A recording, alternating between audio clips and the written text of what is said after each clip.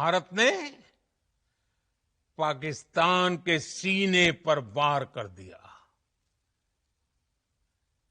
भारत के ड्रोन्स, भारत की मिसाइलों ने सटीकता के साथ हमला किया। पाकिस्तानी वायुसेना के उन एयरबेस को नुकसान पहुंचाया, जिस पर पाकिस्तान को बहुत घमंड था। भारत ने पहले 3 दिनों में ही पाकिस्तान को इतना तबाह कर दिया जिसका उसे अंदाजा भी नहीं था। इसलिए भारत की आक्रामक कार्रवाई के बाद पाकिस्तान बचने के रास्ते खोजने लगा।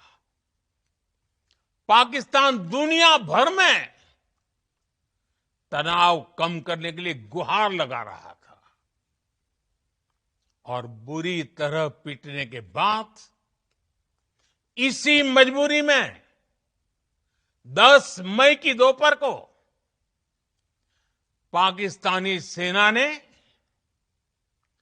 हमारे डीजीएमओ को संपर्क किया। तब तक हम आतंकवाद के इंफ्रास्ट्रक्चर को बड़े पैमाने पर तबाह कर चुके थे। आतंकियों को मौत के घाट उतार दिया गया था। पाकिस्तान के सीने में बसाए गए आतंक के अड्डों को हमने खंडहर बना दिया था। इसलिए जब पाकिस्तान की तरफ से गुहार लगाई गई, पाकिस्तान की तरफ से जब ये कहा गया कि उसकी ओर से आगे कोई आतंकी गतिविधि और सैन्य दुस्साहस नहीं दिखाया जाएगा, तो भारत ने भी उस पर विचार किया।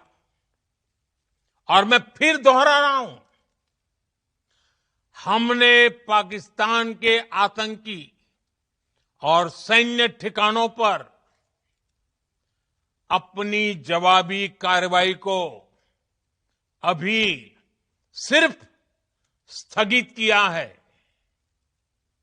आने वाले दिनों में हम पाकिस्तान के हर कदम को इस कसौटी पर मापेंगे कि वो क्या रवैया अपनाता है। साथियों, भारत की तीनों सेनाएं, हमारी एयरफोर्स, हमारी आर्मी और हमारी नेवी, हमारी border security force BSF, Bharat के अर्धसैनिक बल लगातार अलर्ट पर है। सर्जिकल स्ट्राइक और एयर स्ट्राइक के बाद अब ऑपरेशन सिंदूर आतंक के खिलाफ भारत की नीति है। ऑपरेशन सिंदूर ने आतंक के खिलाफ लड़ाई में एक नई लकीर खींच दी है। एक नया पैमाना, न्यू नॉर्मल तय कर दिया है। पहला, भारत पर आतंकी हमला हुआ तो मुंह तोड़ जवाब दिया जाएगा। हम अपने तरीके से, अपनी शर्तों पर जवाब देकर रहेंगे। हर उस जगह जाकर कठोर कार्रवाई करेंगे जहां से आतंक की जड़ें निकलती हैं। दूसरा, कोई भी न्यूक्लियर ब्लैकमेल भारत नहीं सहेगा। न्यूक्लियर ब्लैकमेल की आड़ में पनप रहे आतंकी ठिकानों पर भारत सटीक और निर्णायक प्रहार करेगा। तीसरा, हम आतंक की सरपरस्त सरकार और आतंक के आकाओं को अलग अलग नहीं देखेंगे। ऑपरेशन सिंदूर के दौरान दुनिया ने पाकिस्तान का वो घिनौना सच फिर देखा है, जब मारे गए आतंकियों को विदाई देने पाकिस्तानी सेना के बड़े बड़े अफसर उमड़ पड़े। स्टेट स्पॉन्सर्ड टेररिज्म का ये बहुत बड़ा सबूत है। हम भारत और अपने नागरिकों को किसी भी खतरे से बचाने के लिए लगातार निर्णायक कदम उठाते रहेंगे। साथियों, युद्ध के मैदान पर हमने हर बार पाकिस्तान को धूल चटाई है और इस बार ऑपरेशन सिंदूर ने नया आयाम जोड़ा है। हमने रेगिस्तानों और पहाड़ों में अपनी क्षमता का शानदार प्रदर्शन किया और साथ ही न्यू एज वॉरफेयर में भी अपनी श्रेष्ठता सिद्ध की। इस ऑपरेशन के दौरान हमारे मेड इन इंडिया हथियारों की प्रामाणिकता सिद्ध हुई। आज दुनिया देख रही है 21वीं सदी के वॉरफेयर में made in India defence equipments, इसका समय आ चुका है।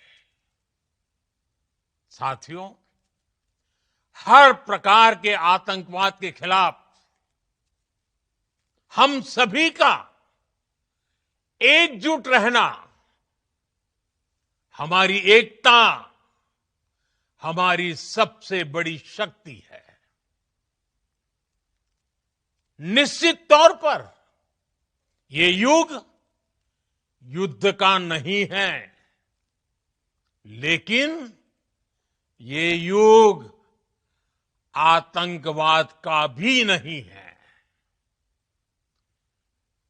टेररिज्म के खिलाफ जीरो टॉलरेंस, ये एक बेहतर दुनिया की गारंटी है। साथियों, पाकिस्तानी फौज, पाकिस्तान की सरकार जिस तरह आतंकवाद को खाद पानी दे रहे हैं, वो एक दिन पाकिस्तान को ही समाप्त कर देगा। पाकिस्तान को अगर बचना है तो उसे अपने टेरर इंफ्रास्ट्रक्चर का सफाया करना ही होगा। इसके अलावा शांति का कोई रास्ता नहीं है। भारत का मत एकदम स्पष्ट है। टेरर और टॉक एक साथ नहीं हो सकते। टेरर और ट्रेड एक साथ नहीं चल सकते और पानी और खून भी एक साथ नहीं बह सकता। मैं आज विश्व समुदाय को भी कहूंगा, हमारी घोषित नीति रही है, अगर पाकिस्तान से बात होगी तो टेररिज्म पर ही होगी। अगर पाकिस्तान से बात होगी तो पाक ऑक्युपाइड कश्मीर पीओके उस पर ही होगी। प्रिय देशवासियों, आज बुद्ध पूर्णिमा है। भगवान बुद्ध ने हमें शांति का रास्ता दिखाया है। शांति का मार्ग भी शक्ति से होकर जाता है। मानवता शांति और समृद्धि की तरफ बढ़े, हर भारतीय शांति से जी सके, विकसित भारत के सपने को पूरा कर सके, इसके लिए भारत का शक्तिशाली होना बहुत जरूरी है। और आवश्यकता पड़ने पर इस शक्ति का इस्तेमाल भी जरूरी है। और पिछले कुछ दिनों में भारत ने यही किया है। मैं एक बार फिर भारत की सेना और सशस्त्र बलों को सैल्यूट करता हूं।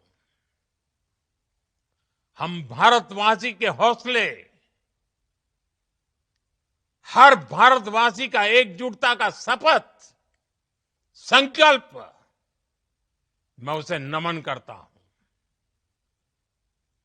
बहुत बहुत धन्यवाद। भारत माता की जय। भारत माता की जय। भारत माता की जय।